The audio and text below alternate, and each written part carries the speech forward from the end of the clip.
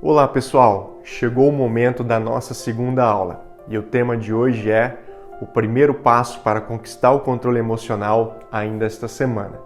Hoje nós vamos falar sobre como agir diante de crises de ansiedade e de aflição.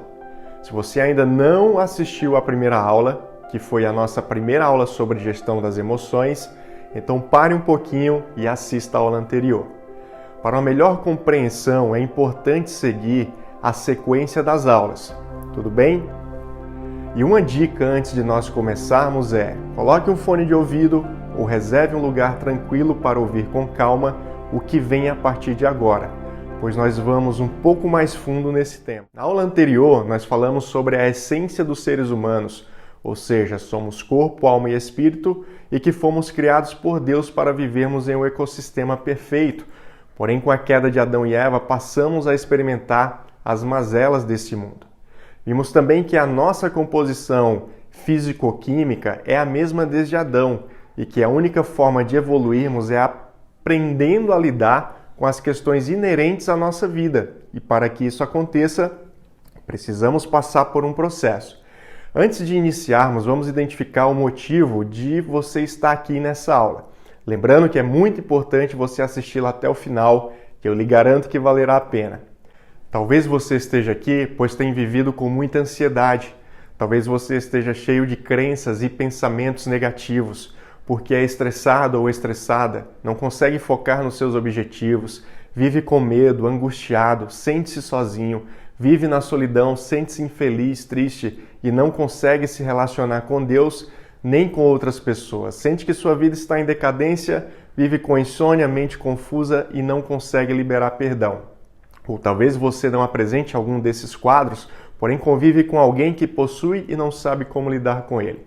Independente do que você esteja passando ou alguém da sua família, você precisa entender que existem duas coisas, uma causa e uma solução. Mas antes de prosseguirmos para o próximo nível, talvez você esteja se perguntando: por que deveria confiar em tudo que eu estou te falando? O fato é que eu já passei por isso. E entendo perfeitamente o que é sofrer, ficar desesperado e não saber o que fazer com todo esse sofrimento. Por isso eu resolvi pegar todo o meu conhecimento e experiência para ajudar outras pessoas que estão passando pelos mesmos problemas que eu passei, mas que também os superem assim como eu superei. Então vamos lá, que eu vou te ajudar a fazer com que você consiga recuperar o controle emocional ainda essa semana. Mas saiba que esse é um processo gradativo e os resultados variam de pessoa para pessoa. O que irei fazer a seguir é te apontar os primeiros passos para você que está sofrendo ou se sentindo desesperado. Mas o que é o desespero? Geralmente, ele está associado a alguns transtornos mentais, como a ansiedade, a depressão, transtorno bipolar, ansiedade generalizada, transtorno de estresse pós-traumático e principalmente a síndrome do pânico. Porém, o desespero também pode estar associado a eventos negativos experimentados pela pessoa, como por exemplo, traumas, um divórcio, demissão, perda de alguém querido, vários tipos de abuso ou uso de substâncias químicas, entre outros eventos. O desespero também pode ter como gatilho o acúmulo de raiva, ressentimentos e culpa reprimida. Essa é uma condição que leva muitas vezes a pessoa a ter pensamentos ruins, com muita instabilidade emocional e pensamentos suicidas. E por fim, a repreensão de sonhos, desejos, emoções, paixões também nos levam a uma condição de frustração e, consequentemente, a uma situação de instabilidade emocional. Então, para recapitularmos, o desespero pode ter como origem: primeiro, transtornos mentais. Segundo, os traumas experimentados na vida. Terceiro, o acúmulo de raiva. E em quarto, os sonhos que foram reprimidos. E se você ou alguém da sua família tem sofrido com ataques incontroláveis de desânimo, insatisfação ou pânico, saiba que é possível mudar e reconquistar a sua saúde mental. Como eu falei anteriormente, esse é um processo gradativo, por isso é muito importante que você assuma o compromisso com você de perseverar, ter paciência, amar-se acima de tudo e ser disciplinado. com certeza você precisará sair da zona de conforto para reverter essa atual condição. Feitas essas considerações, agora vamos para a parte prática, o que eu chamarei aqui de o início para uma nova vida, onde você assumirá o controle das suas emoções. Diante de uma crise ou ataque de desespero, você precisa quebrar o padrão que a sua mente estabeleceu. O nosso cérebro, muitas vezes, não sabe identificar o que é real ou não, e quando o nosso eu inconsciente acessa nossas memórias traumáticas, faz com que a nossa mente acredite que todos esses pensamentos negativos sejam reais ou se tornem realidade. No entanto, esses cenários produzidos pelo nosso imaginário raramente se concretizam. Por isso, quebrar o padrão comportamental que o seu inconsciente estabeleceu é fundamental para que você assuma o controle do seu eu. E é aqui que eu vou te passar 2 formas de fazer isso. Se você está com os seus pensamentos acelerados, ansioso com o futuro, não consegue desligar a sua mente, não consegue dormir e ter uma boa noite de sono, então, em situações como essa, você precisa quebrar o padrão desacelerando a sua mente. Como está escrito lá em Filipenses 4:6, não andeis ansiosos por coisa alguma.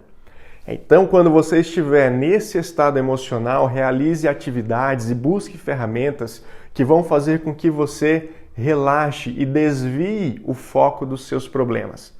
Vou te dar algumas sugestões de como você pode fazer isso, tá?